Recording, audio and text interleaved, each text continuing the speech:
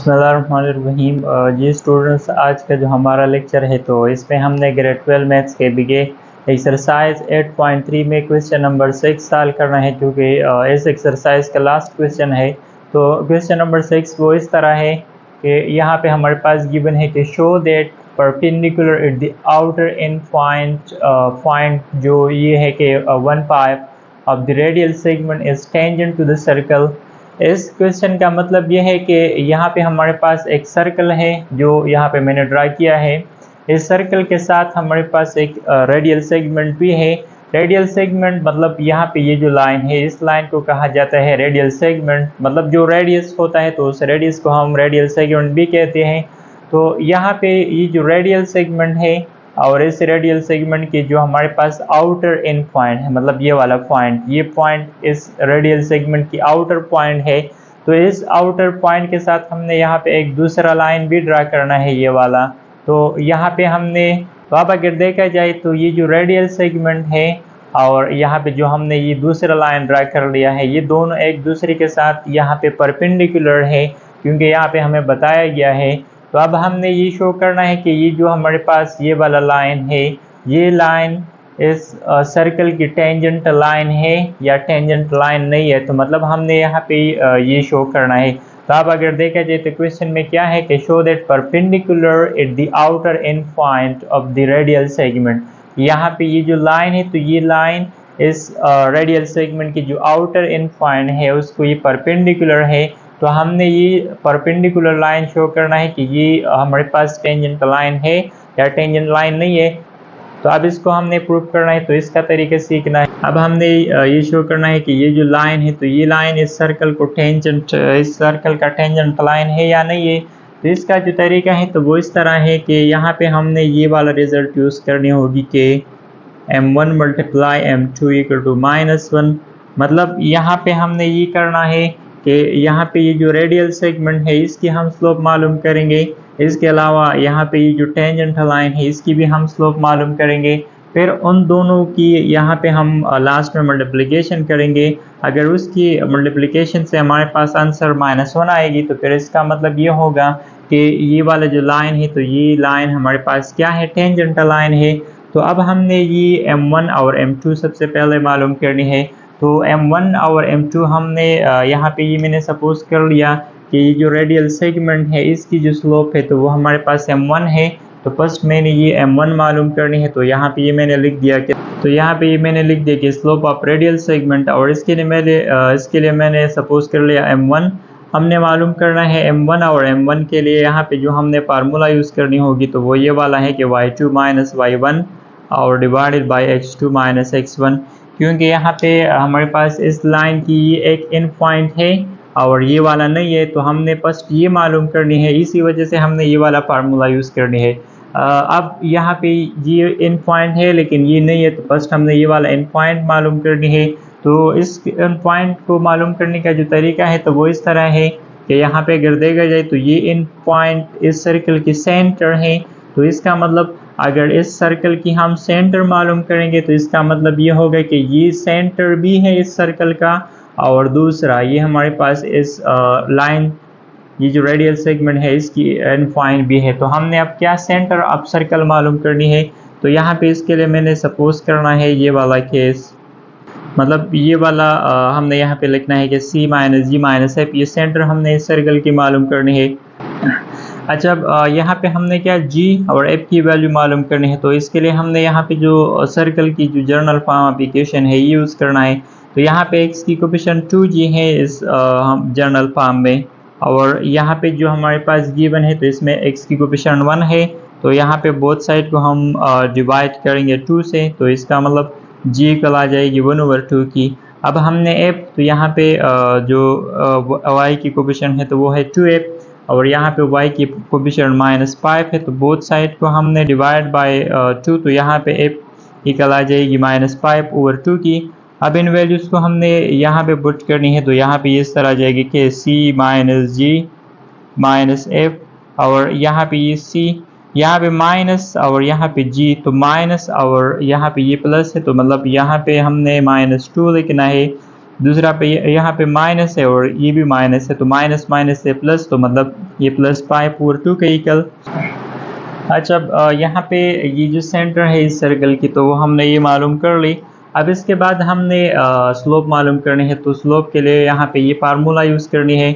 यहाँ पे हमने पुटिंग करनी है, तो सपोज कर ले कि ये हमारे पास x1 y1 है, तो यहाँ पे ये वाला आ जाएगा x2 and y2। In values को हमने इस फार्मूले में पुट करनी है, तो यहाँ पे इस तरह आ जाएगी कि m1 इक्वल टू, फर्स्ट यहाँ पे y2 है तो y2 की जगह यहाँ पे 5 है, ये लिखना है, फिर माइनस और y1, तो वो यहाँ पे इक्वल है 5/2 की एंड डिवाइडेड बाय फिर x2 माइनस x1, तो x2 यहाँ पे सपोज कर लेंगे वो यहाँ पे इक्वल है 1 की and minus y2 and x1, तो वो यहाँ पे इक्वल है -1/2 की। अब इसको हमने सिम्प्लीफाई करनी है, तो यहाँ पे ये न्यूमरेटर में हम अलग एलसीएम लेंगे, तो वो 2 आ जाएगा, तो यहाँ पे डायरेक्ट मैंने 2 एलसीएम और 2 को हमने 5 के साथ मल्टीप्लाई करनी होगी, तो 10 एंड -5। यहाँ पे ये माइनस माइनस से प्लस आ जाएगा और 2 को हमने इस 1 के साथ मल्टीप्लाई, तो यहाँ पे ये 2 + 1 एंड डिवाइडेड बाई 2।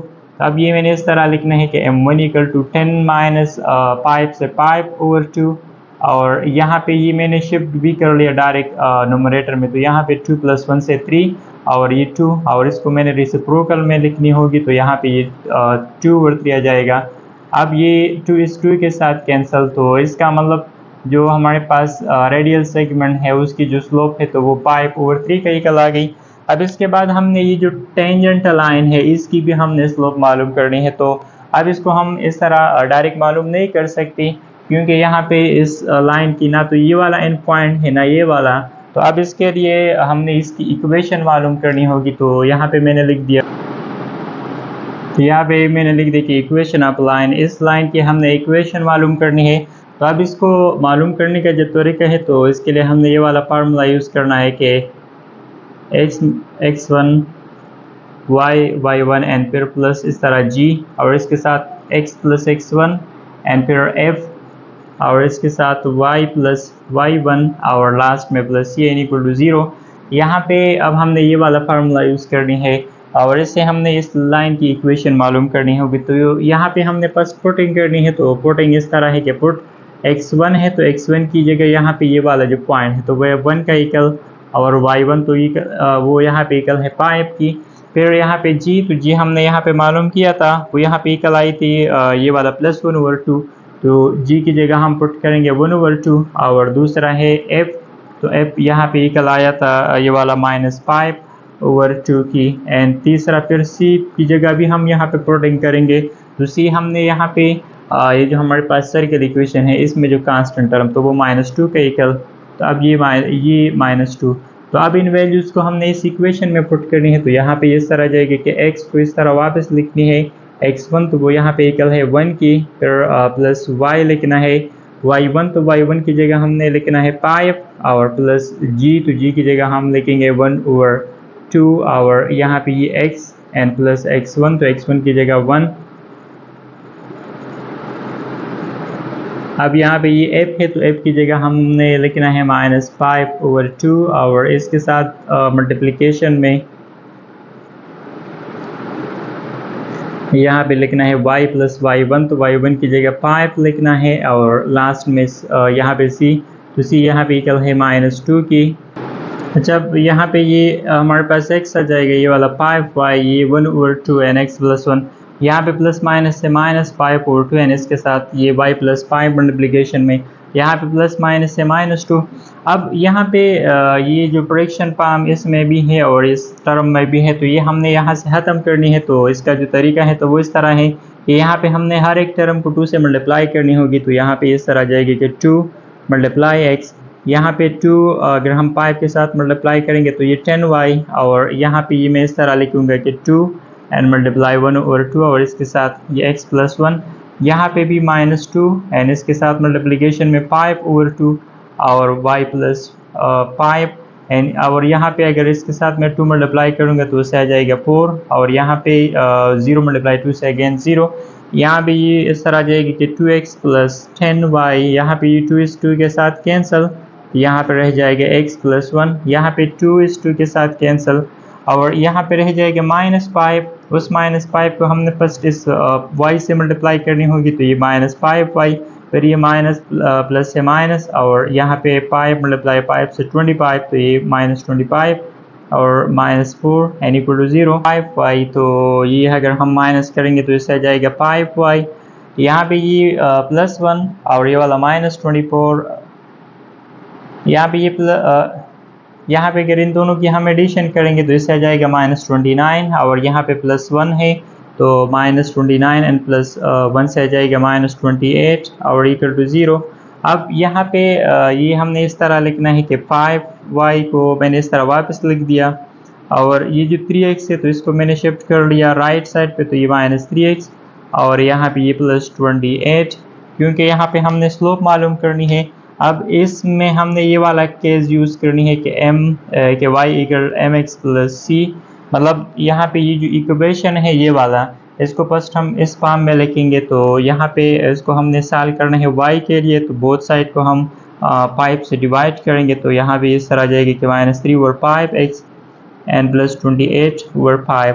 अब यहाँ पे हमने m मालूम करनी है इस इक्वेशन से, तो यहाँ पे ये जो हमारे पास ये वाला लाइन है, इस लाइन की जो स्लोप है तो उसके लिए मैंने m2 सपोज कर लिया। यहाँ पे x की कोफिशिएंट को हमने इसके साथ कंपेयर करनी है, तो वो यहाँ पे इक्वल है -3 ओवर 5 की। तो अब ये दोनों लाइंस की यहाँ पे हमने स्लोप मालूम कर ली। अब इसके बाद हमने ये वाला रिजल्ट यूज़ करने हैं कि मतलब इसकी मल्टीप्लिकेशन से हमारे पास ये आता है -1 आता है या नहीं आता। तो यहाँ पे ये मैंने लिख दिया कि m1 मल्टीप्लाई m2। फर्स्ट हमने m1 की जगह पुटिंग करनी है, तो वो यहाँ पे ये 5 ओवर 3 का इक्वल ये लिखना है, फिर मल्टीप्लाई m2, तो m2 की वैल्यू यहाँ पे -3 ओवर 5 का इक्वल। अब ये 5 इस 5 के साथ कैंसिल, 3 इस 3 के साथ, तो यहाँ पे रह जाएगा -1। तो यहाँ पे जब हमने इन दोनों लाइंस की स्लोप को मल्टीप्लाई कर लिया तो उससे जो आंसर है तो वो -1 का इक्वल आ गया। और स्टार्ट में मैंने आपको बताया था कि अगर हमारे पास इस लाइंस की स्लोप की मल्टीप्लिकेशन से आंसर -1 आएगा तो फिर हम लास्ट में ये कहेंगे कि यहाँ पे ये वाला जो लाइन है तो ये लाइन इस सर्कल की क्या है, टेंजेंट लाइन है। तो अब लास्ट में ये इस तरह लिखना है, तो लास्ट में इस तरह लिखना है कि thus the perpendicular line at the outer end point P of radial segment is tangent to given circle। मतलब इससे हमने ये शो कर लिया कि यहाँ पे ये जो लाइन है जो ये परपेंडिकुलर था, तो ये लाइन इस सर्कल को क्या है, टेंजेंट है। तो इसी तरीके से हमने ये प्रूव करनी है। जब इसके बाद यहाँ पे इसकी जो सेकंड बी पार्ट है तो उसका भी इसी तरह का सेम मेथड है, तो अब हमने वो सॉल्व करना है। जब यहाँ पे जो बी पार्ट है तो अब ये सॉल्व करना है, तो यहाँ पे इसका भी इस तरह इस पार्ट ए की तरह सेम मेथड है। तो यहाँ पे अगर इसके लिए हम डायग्राम ड्रा करेंगे तो वो डायग्राम भी इस तरह का आ जाएगा। मतलब यहाँ पे ये इस फर्स्ट पार्ट में 1 5 था, तो और यहाँ पे 5 6, तो सपोज कर ले कि ये भी यहाँ पे आ जाएगा कि अब यहाँ पे फर्स्ट हमने स्लोप इस रेडियल सेगमेंट की मालूम करनी थी, लेकिन यहाँ पे इसकी ये दूसरा एंड पॉइंट नहीं था, तो उसके लिए हमने सेंटर मालूम की थी। तो यहाँ पे भी सबसे पहले हमने मालूम करनी होगी सेंटर। तो यहाँ पे मैंने डायरेक्ट लिख दिया कि ये हमने सेंटर मालूम करनी है। अगेन यहाँ पे इस एक्स की कोएफिशिएंट 2g है, और वहाँ पे यहाँ पे जो हमारे पास क्वेश्चन गिवन है तो यहाँ पे x की कोएफिशिएंट -22, बोथ साइड को 2 से डिवाइड करनी होगी, तो g यहाँ पे इक्वल आ जाएगी -11 की। दूसरा फिर हमने f, तो यहाँ पे y की कोएफिशिएंट 2f है, और यहाँ पे ये क्या -4 का इक्वल, तो बोथ साइड को डिवाइड करनी है 2 से, तो f यहाँ पे इक्वल आ जाएगी -2 की। तो अब यहाँ पे जो सेंटर है तो वो इस तरह लिखना है कि -g - f इक्वल टू, यहाँ पे ये हमारे पास माइनस और यहाँ पे g, तो यहाँ पे ये हमारे पास माइनस है, तो मतलब ये माइनस से प्लस, तो यहाँ पे डायरेक्ट मैंने 11 + 11 लिख दिया। यहाँ पे ये भी माइनस है, ये भी, तो माइनस से प्लस, तो यहाँ पे जो इसकी सर्कल होगा तो उसकी जो सेंटर तो वो 11 2 होगी। अब यहाँ पे हमने सेकंड स्लोप, अब हमने इसके बाद स्लोप, तो डायरेक्ट यहाँ पे जो रेडियल सेगमेंट की स्लोप है तो वो हमने m1 सपोज करनी है, तो यहाँ पे फार्मूला वापस यूज़ करना है, अगेन यूज़ करना है ये वाला। तब हमने इसमें पुटिंग, तो सपोज़ कर ले कि यहाँ पे ये कि यहाँ पे ये x1 y1 तो ये x2 y2 होगी। तो फर्स्ट हमने y2 लिखनी होगी, तो वो यहाँ पे 6, फिर माइनस और y1 तो वो यहाँ पे 2, फिर x2 तो वो यहाँ पे 11, फिर x1 तो वो यहाँ पे 5। तो अब इसको अगर हम सिम्प्लीफाई करेंगे तो 6 माइनस 2 से 4 और यहाँ पे ये ऐसे आ जाएगा -6। अब ये मैं इस तरह लिख सकता हूँ कि m1 इक्वल आ जाएगी -2 2 ज़ार 4 एंड 2 3 ज़ार 6। तो m1 यहाँ पे इक्वल आ जाएगा -2/3 की। अब जो सेकंड लाइन है उसकी हमने स्लोप मालूम करनी होगी, तो अगेन उसके लिए हमने ये वाला इक्वेशन यूज़ करनी होगी। तो अब वहाँ पे मैंने डायरेक्ट पुटिंग करनी है। तो फर्स्ट यहाँ पे ये x है तो इसको हमने इस तरह वापस लिखनी होगी, और दूसरा यहाँ पे ये x1 है तो x1 यहाँ पे ये 5 का इक्वल, तो यहाँ पे ये मैंने 5 लिख दिया, फिर प्लस y है और y1 तो y1 यहाँ पे इक्वल है 6, फिर प्लस g लिखना है तो g की जगह यहाँ पे -11 है तो ये -11, और इसके साथ मल्टीप्लिकेशन में क्या x प्लस x1 है तो x लिखना है और x1 की जगह 5, फिर प्लस f लिखना है तो f यहाँ पे इक्वल है -2 और इसके साथ y प्लस y1 है तो y1 यहाँ पे इक्वल है ये वाला 6, तो 6 लिखना है और प्लस c, तो c की जगह यहाँ पे हमारे पास जो कांस्टेंट टर्म तो वो 25 है n इक्वल टू 0। अब ये इस तरह जाएगी कि 5x एंड प्लस 6y, यहाँ पे ये हमने प्लस माइनस से माइनस, मतलब यहाँ पे ये मैं इस तरह लिख सकता हूँ कि -11x को इसके साथ हमने मल्टीप्लाई, तो ये -11x, फिर माइनस प्लस से माइनस और यहाँ पे ये -55 आ जाएगा। यहाँ पे ये माइनस प्लस से माइनस और 2 मल्टीप्लाई y से 2y एंड माइनस प्लस से माइनस और 12 एंड प्लस 25 इक्वल टू 0। अब ये इस तरह लिखना है, ये भी 5x, ये -11x, तो इससे जाएगा -6x। यहाँ पे ये हमारे पास प्लस 6y, ये वाला -2y, तो इससे प्लस 4y। यहाँ पे ये इन दोनों को अगर हम ऐड करेंगे तो इससे आ जाएगा -67, तो यहाँ पे ये 67 एंड प्लस 25 इक्वल टू 0। अब ये -6x -4y, यहाँ पे ये हमारे पास इक्वल आ जाएगा, यहाँ पे ये इस तरह आ जाएगा कि इससे आ जाएगा -42 एन इक्वल टू 0, और यहाँ पे ये हमारे पास प्लस वाला, यहाँ पे तो हमने प्लस साइन लिखना है, यहाँ पे ये प्लस। जब यहाँ पे अगर देखा जाए तो हर एक टर्म को हम 2 से डिवाइड कर सकते हैं या इससे हम 2 कॉमन ले सकते हैं, तो हर एक टर्म को यहाँ पे मैंने डिवाइड कर लिया 2 से।